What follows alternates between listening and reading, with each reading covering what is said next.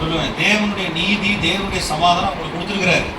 அதாவது நீ சபைக்கு வந்துட்டு நீங்க 6 நாள் வெளியில போறீங்க, உலகத்துல வாழ்றீங்க. அப்போ உங்களை நீங்களே சுத்தமான காத்து கொள்ளுங்க. அவரு திரும்ப 1 வருவோம். நான் இன்னும் நிறைய காரியங்களை சொல்லல. அதுல அவர்களில் தேவன் 4ஆம் வசனம் வாசிக்கல. 4ஆம் வசனம், எல்லோரும் எப்படி முடித்தார்கள். கிறிஸ்துவே 6 அவர்கள் ஆசைப்பட்டது போல நாமும் பொல்லாங்கானவைகளை இச்சியாதபடிக்கு இவைகள் நமக்கு திருஷ்டாந்தங்களாய் இருக்கிறது. ஆமென் சொல்லுமா? இந்த நாட்களில நான் சொன்ன உலகத்தில் உள்ளவைகளும் அன்பு கூறாதுங்க.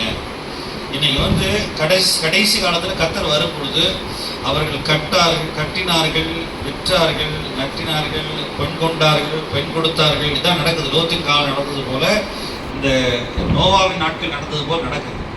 இது நம்மளை கன்சியூம் பண்ணி நம்மளை பட்சிச்சுட்டு போயிடக்கூடாது. நல்லா கவனிங்க. உங்க வாழ்க்கையில கர்த்தர் நம்மளை அழைச்சது பரலோகத்துக்காக மட்டும்தான் அழைச்சிருக்கிறாரு. ஆமே. மற்ற காரியங்கள் எல்லாம் வரும், பின்னாடியே வரும். ஆமே. இப்ப நான் உங்களுக்கு ஒரு சின்ன வார்த்தை கேட்கிறேன், ஒரு கேள்வி கேட்கிறேன். நீங்க எல்லாரும் 18 வயசுல 20 வயசுல இப்ப 40 வயசுல இருக்கிற எல்லாரும் கேட்கிறேன், 18 வயசு 20 வயசுல இப்படி இருப்போம்னு நினைச்சிக்கலாம்? இப்படி ஒரு செல்போன் வரும், நம்ம நேரத்தை திருடுவோம், என்ன இப்படி கரங்காரனா இருப்பேன்னு நினைக்கவே இல்லை அப்படின்னு நினைக்கிறீங்க. ஆனா ஆண்டவர் எல்லாவற்றையும் செஞ்சாரா இல்லையா? நம்மளை பத்திரமா காத்து இவ்வளவு நாள் வந்தாரா இல்லையா? நீங்க இந்த மாம்சத்துக்குரியவர்களா, உலகத்துக்குரியவர்களா, பலவிதமான சமுதாயங்கள், பலவிதமான குப்பைகள் எடுத்து சிந்தையில போடக்கூடாது. பக்கத்தில் உள்ளவங்களை பார்த்து சொல்லுங்க, கவலைப்படாதீங்க, கவலைப்படாதீங்க. அப்புறம் சொல்லுங்க, ஆமா நல்லா தூங்குங்க. சொல்லுங்க, நல்லா நைட் என்ன செய்யுங்க? தூங்குனா சர்ச்சில் இல்லை என்ன சொல்லுங்க. பக்கத்தில் உள்ள பார்த்து சொல்லுங்க, ஆஸ்பத்திரிக்கு போகாதீங்க. சொல்லுங்க, கவலைப்படாம இருந்தீங்கன்னா ஆஸ்பத்திரிக்கு போக மாட்டீங்க. இந்த கவலை ஒரு பிசாசுடைய வேலை, சாரோ, அதாவது வழி இல்லாம ஆண்டவர் இயேசு கிறிஸ்து சொன்னது முக்கியமான காரியம். மத்தேயு 6ஆம் அதிகாரத்துல, என்னத்தை புசிப்போம், என்னத்தை குடிப்போம், கவலைப்படாதீங்க. ஃப்ரிட்ஜில் இருக்கிறதெல்லாம் பிச்சைக்காரனுக்கு போடுங்க, நாய்க்கு போடுங்க, குப்பையில விடுங்க. ஃப்ரிட்ஜில் இருக்கிறத சாப்பிடணும், இந்த வயிற்றுக்குள்ள குப்பை குழி மாதிரி போடணும்னு நினைக்காதீங்க. ரெஃப்ரிஜரேட்டர் எதுக்கு மனுஷன் கண்டுபிடிச்சான்னா, புதிய காய்கறிகளை, புதிய முருங்கைக்காய், கத்திரிக்காய் உள்ள வச்சு எடுத்து சமைக்க தான் வச்சான். பழைய உடம்பை வச்சு சுடி சாப்பிட வச்சேன். உங்க சோம்பேறித்தனத்தை பெருக்க வச்சேன். இன்னைக்கு சோம்பேறித்தனம் குறையோடி போயிடுச்சு. இந்த சந்ததி சரீரம் தேவனுடைய ஆலயம், இதை கெடுக்க கூடாது, உலகத்தின்படி யோசிக்க கூடாது. விசுவாசிங்க, கர்த்தர் உங்களுக்கு தேவையான எல்லாவற்றையும் தருவார். சொல்லுங்க, கர்த்தரின் மேய்ப்பராய் இருக்கிறார். நான் ஒரு நாளும் தாழ்வுபட மாட்டேன். கர்த்தரே என் தேவைகளை சந்திப்பார். சிந்தையில மாம்ச சிந்தையும் உலகத்தின் சிந்தையும் தேவையில்லாத குப்பைகளை பிசாசு போடுவான். நீங்க வேத வசனத்தை வச்சு நல்ல பாட்டு பாடணும். ஃபாதர் 450 பாட்டு எழுதிருக்காரு. நீங்க எல்லாரும் செல்போன் பாட்டு பாடுறது, நீங்க வாயை திறந்து பாட மாட்டீங்க, செல்லு தான் பாடுது. நீங்க பாடணும். வாயை திறந்து காலையில் எழுந்திரிச்ச உடனே, முகத்தை கழுவின உடனே, கர்த்தர் இந்த ஆல்டர்ல, இந்த சரீரமாகிய இதுக்குள்ள ஒரு பலிபீடம் இருக்கு. நம்ம ஆண்டவரே நன்றி சொல்லி ஸ்தோத்திரம் பண்ணி, எனக்கெல்லாம் ஆண்டவர் ஒரு பாட்டு கொடுப்பாரு. அந்த பாட்டுல நிறைய விடுதலை இருக்கும். விசுவாச பாட்டு கொடுப்பாரு. சூழ்நிலைகளை எனக்கு காமிச்சுட்டே இருப்பான் பிசாசு. அதனால நான் ஆண்டவர் சொன்ன 10 வருஷத்துக்கு முன்னாடி என்னை காப்பாத்தினார் ஆண்டவர். 7 வருஷத்துக்கு முன்னாடி கர்த்தர் விடுதலை பண்ணிட்டாரு. சில இடங்கள்ல போய் ஊழியம் செய்யும் போது விசா இல்லை அப்படின்னு பிசாசு சொல்லுவான். இல்லையா, ஏற்கனவே அந்த ஊருக்கு போயிருக்கேன் 4 தடவை, அது எப்படி இல்லைன்னு சொல்லலாம்? பிசாசு பொய் சொல்றானா? வேத வசனம் நிறைய படிச்சா பொய்யை எதுவும் கண்டுபிடிக்கணும். பொய்யை நிராகரிக்கணும். இயேசுவின் நாமத்தினால் அந்த பொய்யை ஏற்றுக்கொள்ள மாட்டேன், இதை நம்ப மாட்டேன்னு சொன்னாலே சிந்தையில கவலை வராது. கவலை இல்லாத வாழ்க்கை வேணும். டாக்டர்கிட்ட போகக்கூடாது, வேத வசனத்தை படிக்கணும். இதுதான் நாபிக்கெல்லாம் ஆரோக்கியம்.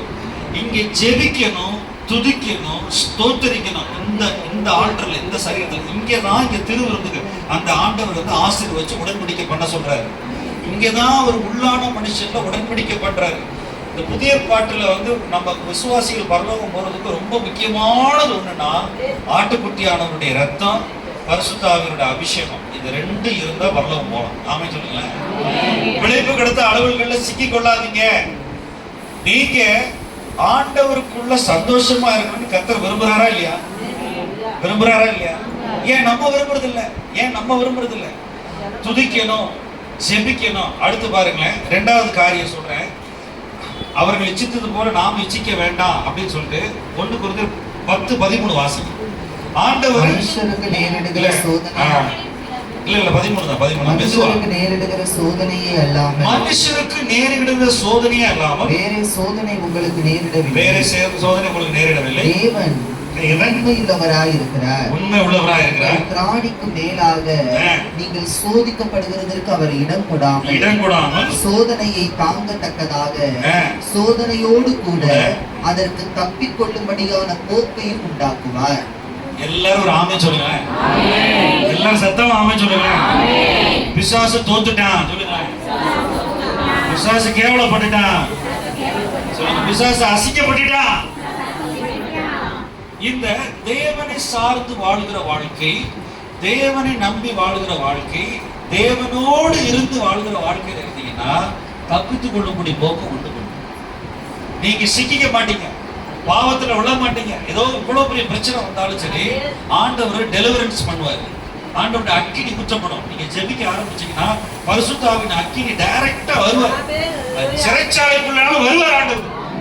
எனக்கு வந்திருக்கிறார் ஆண்டவர், அற்புதம் செஞ்சிருக்கிறார். எனக்கு பெட்ரூம்குள்ள கொரோனா நாட்கள்ல ஒரு கஷ்டப்பட்டேன். என் மகனுக்கு கர்த்தருடைய ஆவியானவர் ஊட்டப்பட்டார். ஆமென் சொல்லுங்க. 2020 ஏப்ரல்ல நான் கஷ்டப்பட்டேன். ஒரு வீட்டுல மாடியில குடியிருக்கும் போது ஆண்டவர்கிட்ட கேட்டேன். அப்படியே அபிஷேகம் கடந்து வந்துச்சு. என் மகனுக்கு கொடுத்தார் கர்த்தர். நீங்க புதிய ஏற்பாட்டுல எப்படி அப்போஸ்தலர் நடவடிக்கைகள் 12ஆம் அதிகாரத்துல பேதுரு மாட்டிக்கிட்டு பேதுருவை கொண்டு போய் சிறைச்சாலை வச்சான். யாக்கோபை கொண்டுட்டாரு.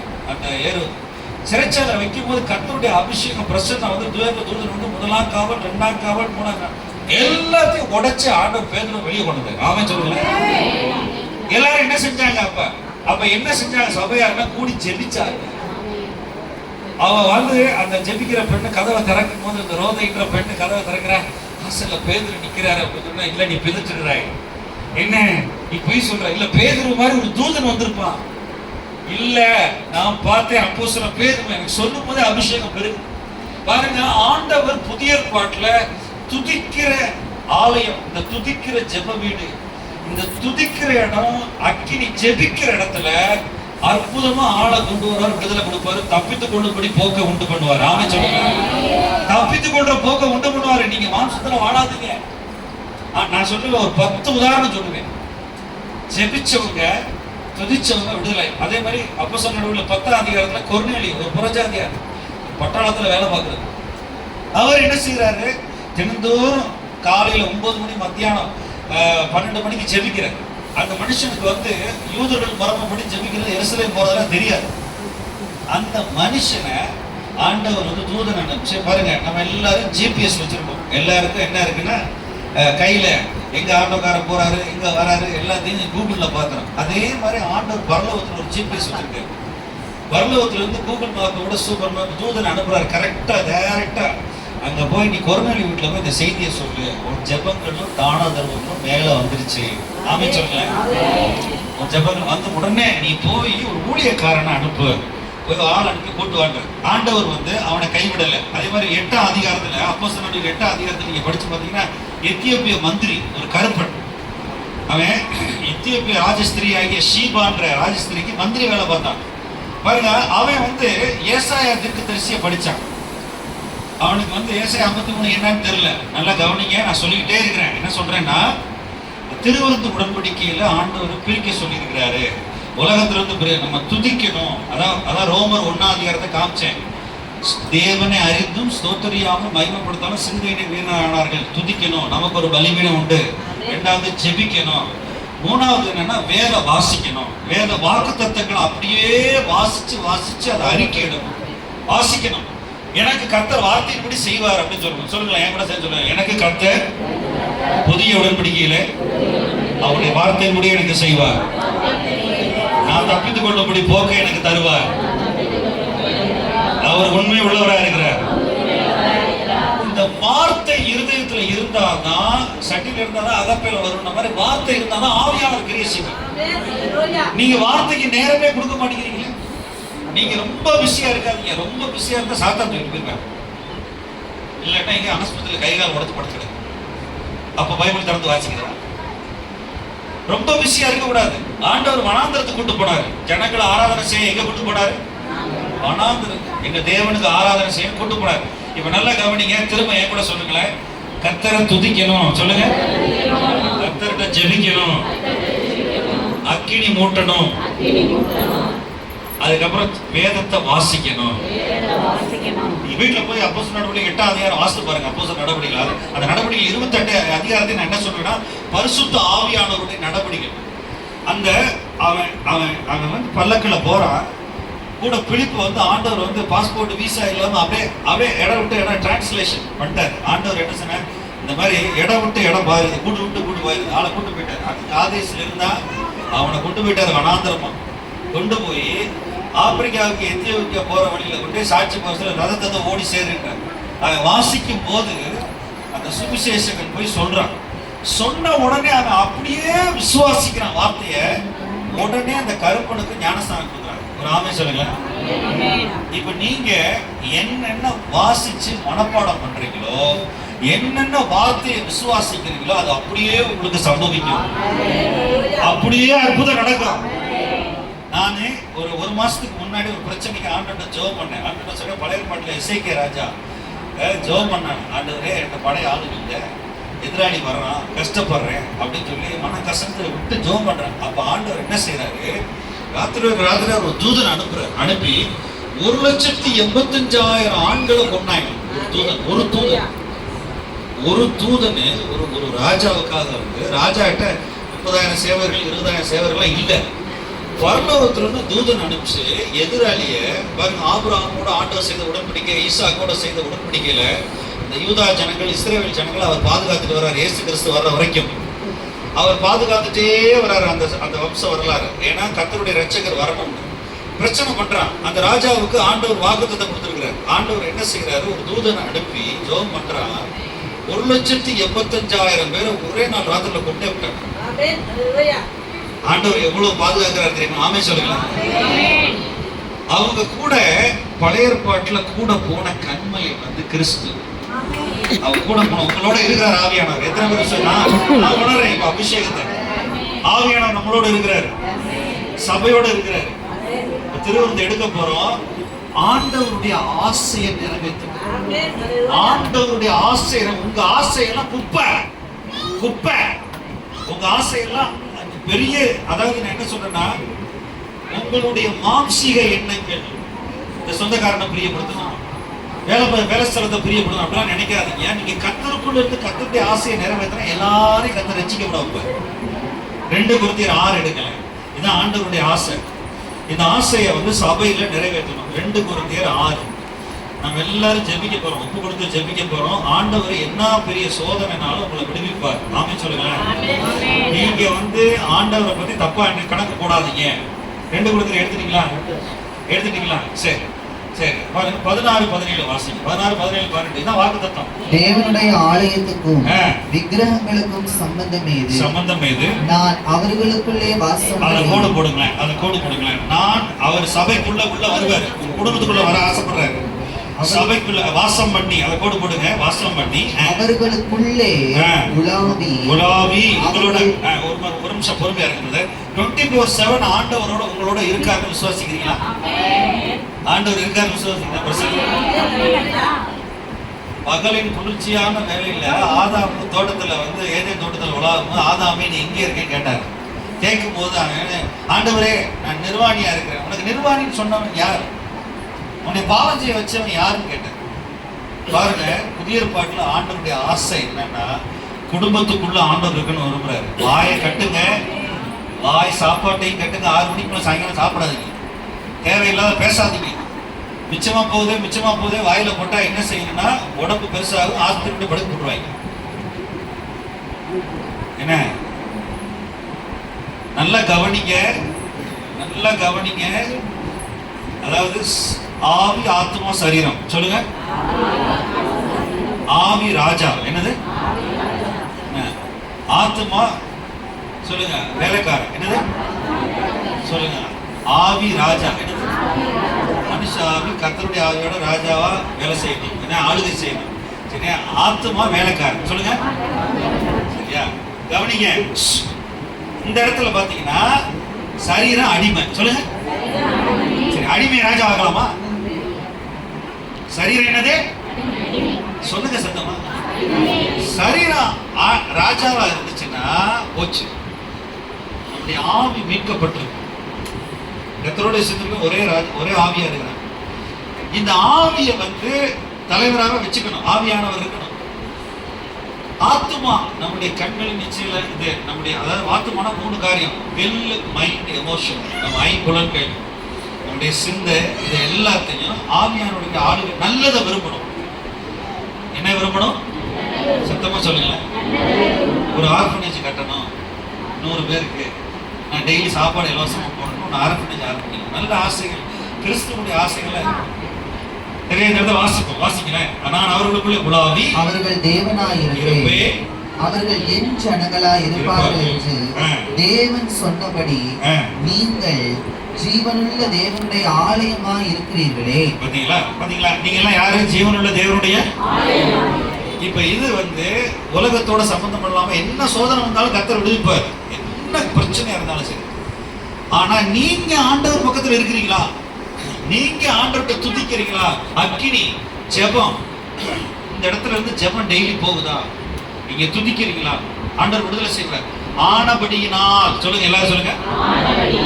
இது பழைய பாட்டுல எரேமியாவில் எசேக்கியேல் கொடுக்கப்பட்ட வாக்குத்தத்தம். ஆனபடியினால் வாசிக்கப்படுது. 17. ஆனபடியால் நீங்கள் அவர்கள் நடுவிலிருந்து புறப்பட்டு பிரிந்து போய் அசுத்தமானதை தொடாதிருங்கள் என்று கர்த்தர் சொல்லுகிறார். பாத்தீங்களா? அசுத்தமானது என்ன? அசுத்தமானது இலவசமா யாராவது பக்கத்து வீட்டுல கேசரி கொடுத்தாங்க, பொங்கல் கொடுத்தாங்க, சுண்டல் கொடுத்தாங்க, வாங்கி சாப்பிட்டுங்க. நான் சண்டிகாரில் போய் ஒரு ஊழியத்துக்கு போயிட்டு இருக்கேன். ஒரு 8 வயசு பிள்ளை, அந்த 8 வயசு பிள்ளை பக்கத்து வீட்டில் போய் குருதுவாரால போய் சுண்டல் சாப்பாடு சாப்பிட்டுன்னா அந்த பிள்ளைக்கு பொருளாதாரம் பிடிச்சிருச்சு. அந்த பிள்ளை வீட்டில் 1 மாசமா போராட்டம். நான் அவங்க வீட்டில் போய் என்னுடைய பாஸ்டர் நண்பருடைய சித்தி வீடு, அந்த பாஸ்டர் ராகேஷ் சர்மான்னு சொல்லி அங்கே அவர் வீட்டில் போய் தங்கியிருந்தேன். பார்த்தா என்னப்பா செய்யுதுன்னு சொல்லி வியாதி வருது, ஒரு மாதிரி உமட்டுக்கு எனக்கு தூக்கம் வரலன்னு சொல்லி கையை வச்சு ஜோகம் பண்ணால் பொருளாதாரி ஆகும். கடைசியில் என்னன்னு கேட்டால் இந்த பிள்ளை 1 மாதத்துக்கு முன்னாடி என்ன சாப்பிட்டுச்சுன்னு கேட்டால் பக்கத்தில் போய் குருதுவாரால இலவசமாக சாப்பாடு கொடுத்தாங்க. பாருங்க, சரீரத்தில் இலவசமாக எது கிடச்சுன்னா வாயில் போட்டு முடிக்கிறாங்க. இப்போ நான் ஒரு கேள்வி உங்களை கேட்குறேன். நம்ம சாப்பிட்றது உண்மையிலே கர்த்தருடைய ஆலயத்தை ஆரோக்கியத்துக்கு சாப்பிட்றோமா, இல்லை ஆசைக்கு சாப்பிட்றோமா, இல்லை மிச்சமாக போகுதுக்கு சாப்பிட்றோமா, இல்லை ருசிக்கு சாப்பிட்றோமா? ஆரோக்கியத்துக்கு சாப்பிட்றோமா கர்த்தர் வச்சிருக்கிறாரு. நல்லா கவனிங்க. இந்த கோயில்களுக்கெல்லாம் பக்கத்தில் 500 ரூபாய்க்கு கறி கிடைக்கும். எவ்வளோ கிலோ? சில இடங்கள்ல திருப்பரங்குன்றத்துலாம் போனீங்கன்னா 300 ரூபாய்க்கு கறி கிடைக்கும். அது எல்லாமே பலி செலுத்தப்பட்டது.